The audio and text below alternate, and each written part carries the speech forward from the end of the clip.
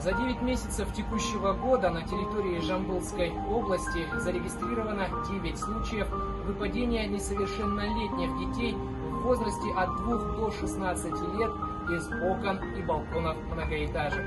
Причиной тому служит халатность самих родителей.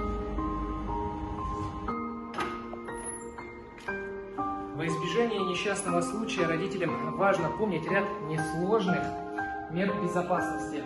Во-первых, не ставьте детей на подоконник. Во-вторых, помните, что москитные сетки не уберегают детей от падения. В-третьих, не располагайте мебель рядом с подоконниками, ведь она может являться опорой для детей.